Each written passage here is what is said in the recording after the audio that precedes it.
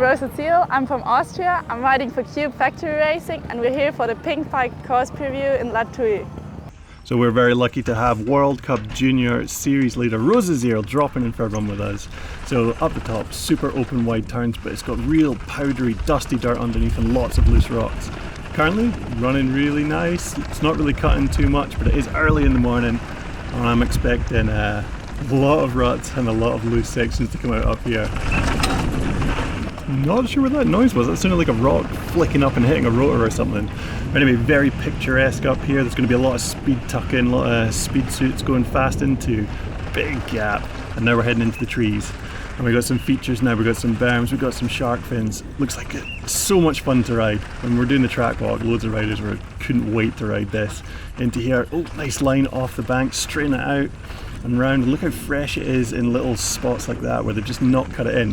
Now there is a hip jump you can do here, but for racing most riders will be trying to get tight. Rosa was saying she hasn't quite figured the track out yet. It's early morning, there's so much to look at, and that looked like she went wide by mistake there. Long right hander into the dark, hard to see with the contrast. They've not banked up some bits, so that's a tricky turn where you've got to find the grip and find the right balance of speed coming into there. Into the open, and there was a straight line here, but they taped it around this tree. Some places they've added corners compared to what they built.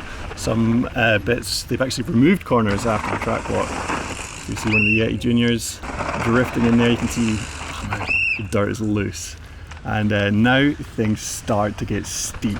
Like, it was actually genuinely hard to walk down this. We're wondering if people were going to gap over the rocks into here.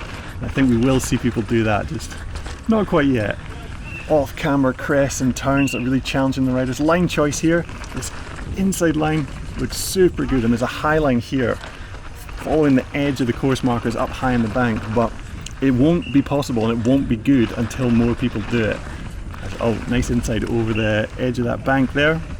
Yeah, there's a lot of lines right now that you know will be good by the time racing comes around, but we need a few pioneers to start cutting them in. And down this section, super wide, super open. There's an inside there next to the marker. She goes for the wide one, and then down, across here, more line choice, setting up for this corner. Might ghost this bit, there's lots going on.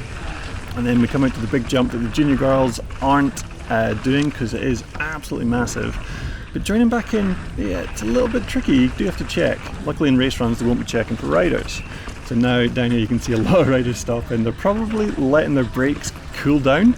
The smell of brake pads is strong trackside, and we've heard of a few people with brake failures just from overheating them. This will be probably the hardest track of the year on brakes, especially if it stays warm and dry like this.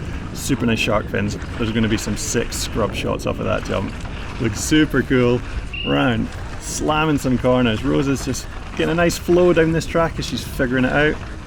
She's currently leading the series, like I said at the start, and one of our fierce competitors, the other Rosa, is back for this race, and we'll see how they get on battling on this track. This section of hill is so steep, we've had to like cut it in and work it across the hill, because if you went straight down, like we knocked some rocks down when we were walking and they just tumbled down the hill.